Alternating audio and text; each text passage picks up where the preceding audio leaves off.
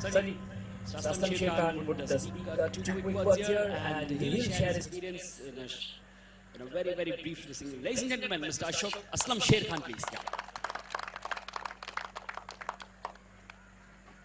मैं सभी खिलाड़ी कनेक्ट के हमारे साथियों का बहुत ही आभारी हूँ कि उन्होंने हॉकी को की रिवायत को जिंदा रखने के लिए 29 अगस्त जो दादा ध्यानचंद जी के बर्थडे पर खेल दिवस के रूप में पूरे देश में मनाया जाता है, तो हॉकी का ये टूर्नामेंट रखा।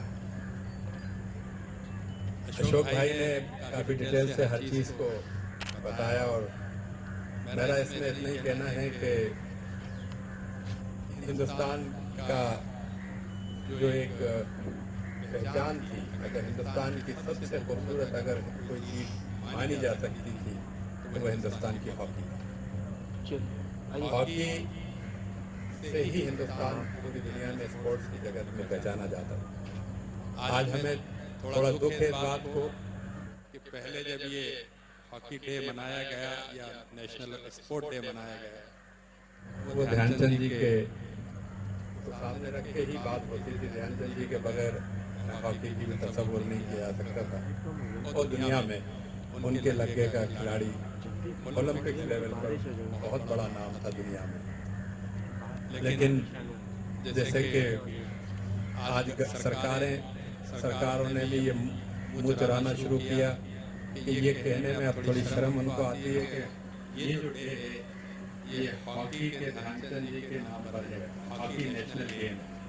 तो अब धीरे धीरे ये कहने लगे कि नेशनल गेम जैसी कोई चीज़ हॉकी नहीं है, जबकि हॉकी ही से हिंदुस्तान की पहचान स्पोर्ट्स के अंदर। और उसका एक और चीज़ जो मैं समझता हूँ कि वो इस बात का सिग्नल करती है कि जब पहला भारत रत्न मिलने की बात हुई तो पूरे हिंदुस्तान की एक आवाज़ थी, एक सोच थी कि अगर किसी को रिकग्नाइजेशन भारत रत्न से मिलना चाहिए तो दादा ध्यानचंद जी को मिलना चाहिए।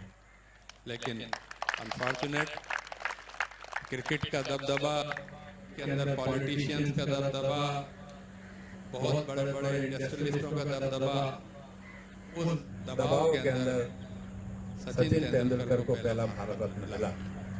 सचिन बहुत डिजर्व करते थे, बहुत बड़े महान खिलाड़ी सचिन भी हैं, लेकिन अगर हिंदुस्तान की अजमत के साथ जोड़ के, हिंदुस्तान की फिशी को जोड़ के, हिंदुस्तान की एक लंबी इतिहास को जोड़ के अगर देखा जाए तो पहला भारत रत्न ध्यानचंद जी को मिलना चाहिए।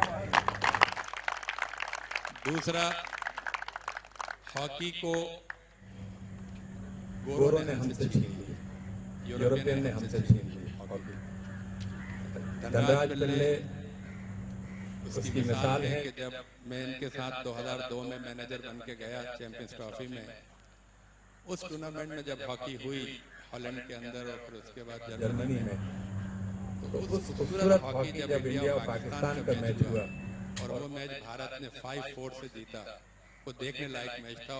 और उसी दिन स्टेडियम फुल भरा था जर्मनी के अंदर, और इतनी अच्छी हॉकी लोगों ने बहुत अच्छा बात है। इसका मतलब है कि जो हमारी हॉकी है वो ही रियल हॉकी है। ये जो माफ करना जो गोरों की हॉकी है जो आज खेली जाए, जिसमें ऑस्ट्रेलिया, जर्मनी और ये लोग आगे रहते हैं, दुर्भाग्य क्या हुआ कि ये एक बड़ी साजिश थी भारत की हॉकी के साथ। गोरों को लगता था कि हम ग्रास रूट पे नहीं जीत पाएंगे, ग्रास पे हमारी बढ़तरी रहती थी, और हमारे बराबर में अगर किसी की बढ़तरी रहती वो पाकिस्तान की रहती, क्योंकि वो हिंदुस्तान का हिस्सा था ट्रेडिशनल हॉकी।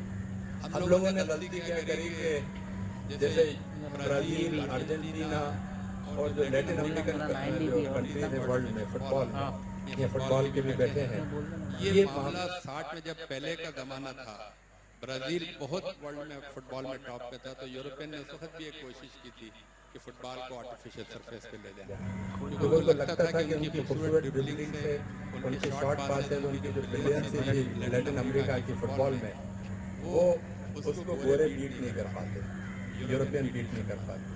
उन्होंने उठाकर तो ब्राजीलियन और अर्जेंटीना ने उस वक्त ये फुट डाउन करा, उन्होंने हम गरीब कंट्री हैं, हम हमारे बच्चे समंदर किनारे सड़कों पर गलियों में खेलते हैं फुटबॉल, हम ये एफर्ट नहीं कर पाए। बिल्कुल ऐसा ही भारत की हॉकी का था कि भारत की हॉकी को जब पाकिस्तान की जो हॉकी एक तरह से सब कॉन्टिनेंट की हॉकी को छीनने के लिए इन लोगों ने एक साजिशी तौर पे किया एफएल का इजाद किया। हमारे बच्चे बहुत अच्छा कर करके थक गए, कुछ अच्छा करते थे तो अंपायर नहीं जीतने देते और ऐसे हालात होते गए कि आज हमारी हॉकी माफ करना आज FIH ने इंडिया की हॉकी को करा।